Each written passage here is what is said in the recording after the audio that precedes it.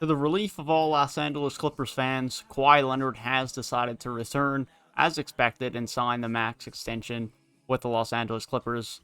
The All-Star for this team will continue to be a member of the Clippers for the next 5 years and will be the core piece once he comes back from his injury, assuming that he does return to good health.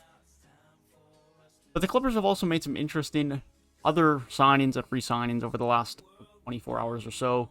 With Reggie Jackson, of course, who was a very crucial part of their playoff run, returning on a 2-year deal worth $22 million, which I think is a very fair price for the way he played in the playoffs. And they've also signed Justice Winslow to a 2-year deal, as he just continues to somehow get chances in the league, which I'm not against, because I actually like Justice Winslow. I'm a fan from him from his college days, and I still think he has some potential upside in the right role on the right team. I don't think the Clippers are that team. But nonetheless, I think he is still a very valuable player in this league for the right team. That being said, obviously the Kawhi Leonard signing is crucial. He is the best player on this team, undoubtedly. He is the superstar on this team. He's going to be the guy that leads them to a title as the number one option if anyone can, and if they are able to do so. And this past year is the best year the Clippers have had as a franchise getting into the conference finals. Of course, it was not enough, and a big part of that was, of course, due to the injury of Kawhi Leonard. With Kawhi Leonard healthy, who knows how that series could have went.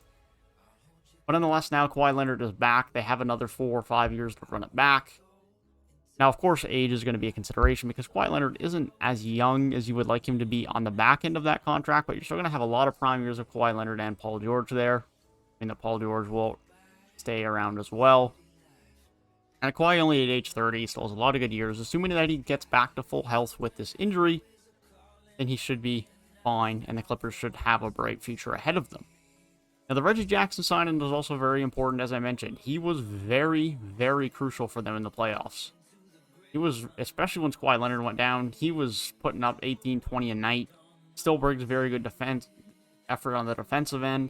It's a decent playmaker as well, but his scoring, his three-point shooting, he really improved as a three-point shooter this year, as far as I'm concerned, and his defense is still very good. He is at age 31, so it's not like he's young. But on a 2-year deal at $11 million a year, you're going to get 2 good years of production out of him as your starting point guard. And I think the Clippers have finally found their starting point guard, something that was probably the biggest weakness and question mark around this team for the last couple of years, and why they have been engaged in some Kyle Lowry trade talks. But nonetheless, bringing in Reggie Jackson, or keeping Reggie Jackson for 2 more years, is a very good deal for the Clippers. For Justice Winslow, it's a 2-year deal, which I'm surprised he's getting a 2-year deal and not a 1-year deal. It might be a 1-and-1. I'm not sure if that second year is the team option. But I don't know where he fits in, to be honest. Even with the Kawhi Leonard injury next year, they have Beverly off the bench, Rondo, Terrence Mann, Luke Kennard, Serge Ibaka, Patrick Patterson, if he comes back. I don't know where he fits on this team, if I'm being completely honest. And I like Justice Winslow. I think he's a very good player. I just don't know if he has found the right role for him yet. And maybe it's just not going to happen, and maybe I'm very hopeful. But I think he's just a point forward. But maybe he just isn't a good enough point forward to be a point forward in the NBA. Because you have to be an elite talent to be a point forward in this league, realistically. But I just don't think Justice Winslow is that level of a player for anyone to trust him to be that lead point forward for a team. I don't know if anyone's at that point yet. And so maybe he comes in and is that backup power forward if Patrick Patterson doesn't come back and he does become that point forward off the bench. Maybe. But even then I have doubts about that. I don't know how significant his role is going to be on this team. But the fact that they didn't give him a 2-year deal makes me think that they obviously have some interest in involving him in the plans for the next couple of years. So I'm very interested to see how the Clippers and Tyronn Lue integrate him into the team over the next couple of years.